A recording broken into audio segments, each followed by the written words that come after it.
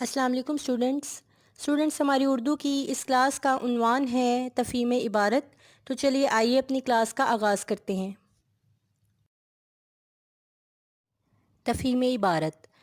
Students آپ جانتے ہیں کہ تفہیم عبارت میں ہمیں ایک پیراگراف دیا جاتا ہے جسے ہم نے پڑھنا ہوتا ہے، پھر اس سے متعلق سوالات کے جوابات ہمیں پیراگراف کے اندر سے دیکھ کر لکھنے ہوتے ہیں۔ ہم اپنی پچھلی کلاس میں بھی تفہیم عبارت کا ایک پیراگراف کر چکے ہیں، اس لیے مجھے امید ہے کہ اب آپ کو سمجھ آ گئی ہوگی کہ یہ کام کس طرح سے کرنا ہے۔ عبارت کو غور سے پڑھیے اور دیے گئے سوالات کے جوابات تحریر کریں۔ ایک سیاہ بلی تھی، وہ بہت دبلی پتلی تھی۔ وہ صبح سے بھوکی تھی، اسے کھانے کو کچھ نہ ملا۔ علی نے دیکھا تو اسے اس کمزور بلی پر ترس آیا۔ اس نے ایک پیالے میں گرم دودھ ڈالا اور بلی کے آگے رکھا۔ بلی نے جلدی سے دودھ پی لیا۔ اپنی اس نیکی پر علی بہت خوش ہوا۔ میں پیراگراف ایک دفعہ دوبارہ پڑھ دیتی ہوں۔ ایک سیاہ بلی تھی، وہ بہت دبلی پتلی تھی۔ وہ صبح سے بھوکی تھی، اسے کھانے کو کچھ نہ ملا۔ علی نے دیکھا تو اسے اس کمزور بلی پر ترس آیا۔ اس نے ایک پیالے میں گرم دودھ ڈالا اور بلی کے آگے رکھا۔ بلی نے جلدی سے دودھ پی لیا۔ اپنی اس نیکی پر علی بہت خوش ہوا۔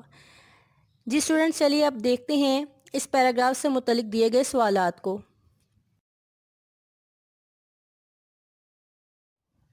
سب سے پہلا سوال ہے، بلی کا رنگ کیسا تھا؟ دوسرا سوال، وہ کب سے بھوکی تھی؟ تیسرا سوال، علی نے پیالے میں کیا ڈالا؟ چوتھا سوال ہے، علی کس بات پر خوش ہوا؟ اور پانچواں سوال ہے، اس عبارت کا عنوان تحریر کریں۔ عنوان سے متعلق اسٹوڈنٹس میں آپ کو پہلے بھی بتا چکی ہوں کہ پیراگراف کے اندر جو کہانی ہوتی ہے اسی سے متعلق عنوان تحریر کیا جاتا ہے۔ گھر کا کام۔ تفہیم عبارت کو غور سے پڑھیں اور سوال نمبر 1 تا 5 کے جوابات کاپی پر تحریر کریں۔ اسٹوڈنٹس میں آپ کو تفہیم عبارت کا پیراگراف اچھے طریقے سے پڑھا چکی ہوں اور اس کے سوالات بھی بتا چکی ہوں۔ اب آپ نے دوبارہ سے تفہیم عبارت کا پیراگراف پڑھنا ہے اور دیے گئے سوالات کے جوابات اپنی نوٹ بکس پر تحریر کرنے ہیں۔ مجھے امید ہے کہ آپ کو آپ کا ہوم ورک سمجھ آ گیا ہوگا۔ انشاءاللہ اگلی کلاس میں نئے کام کے ساتھ دوبارہ ملیں گے۔ تب تک کے لیے اللہ حافظ۔ السلام علیکم۔